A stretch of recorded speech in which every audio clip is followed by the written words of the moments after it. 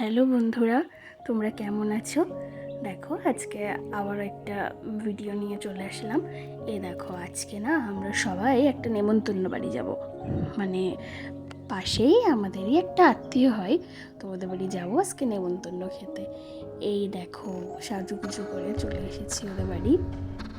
এবার খেতে বসবো। দেখো টেবিলে খেতে বসে গেছি, আমি, মা, কাকি, তারপরে গুড্ডু মানে আমার দেওর, আমি। দেখো ডাল, আর প্রথমেই আমার প্রতি বড় একটা কাজু পড়েছে, ওফ দেখে তো আমি একদম। তারপরে দেখো এঁচোড় চিংড়ি, ভালোই হয়েছে এঁচোড় চিংড়িটা। আচ্ছা তোমরা কে এই মাছটা খেতে ভালোবাসো? আমি না এই মাছটা খেতে ভালোই বাসি, ঠিক আছে, খারাপ লাগে না, ভালো লাগে এই মাছটা। আমার এক্সট্রা লেবুও চেয়ে নিয়েছি, এটা চেপে খেলাম এবার।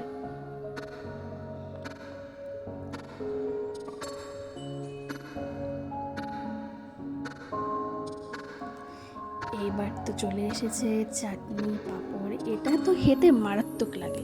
মানে এটা না হলে যেন কোনো নেমন্তন্ন বাড়ি অসম্পূর্ণ পুরো একদম। জানো তো আমার শাশুড়ি মাও খুব সুন্দর চাটনি বানায়, আমার তো খুব ভালো লাগে।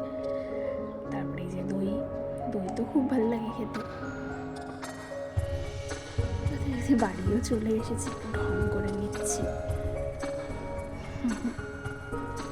তারপরে যেন একটু ঘুমিয়ে পড়েছিলাম, রাত হয়ে গেছে। এই যে এবার রুটি করছি, কেউ খাবে না, শুধু আমি আর দিদা, মাও খাবে না, আর বাবা তো নেই আজকে বাড়িতে। রুটি করে নিচ্ছি দুজনের জন্য। আচ্ছা তোমাদের যদি আমার এই ভিডিওগুলো ভালো লাগে, তোমার এই চ্যানেলটা সাবস্ক্রাইব করবে আর লাইক কমেন্ট করে দেবে, ঠিক আছে? এরকম রুটি করছি। আমি না রুটি করতে পারি না জানো, আমি এবারে এসেই রুটি করা শিখেছি।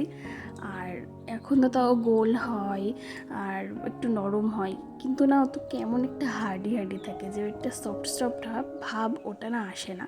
যাই হোক, হয়তো শিখে যাব পরে।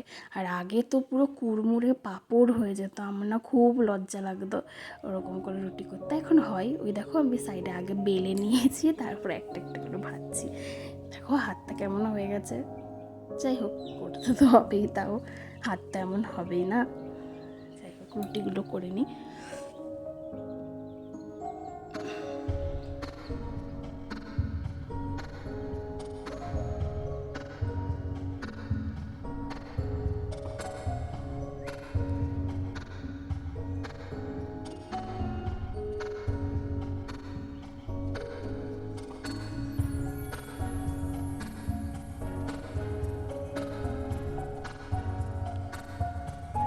রুটি টুটি করে ভাবছি একটু ডিমের ভুজিয়া করবো, কারণ কেউ তো খাওয়ার লোক নেই না, আমি আর দিদা খাবো।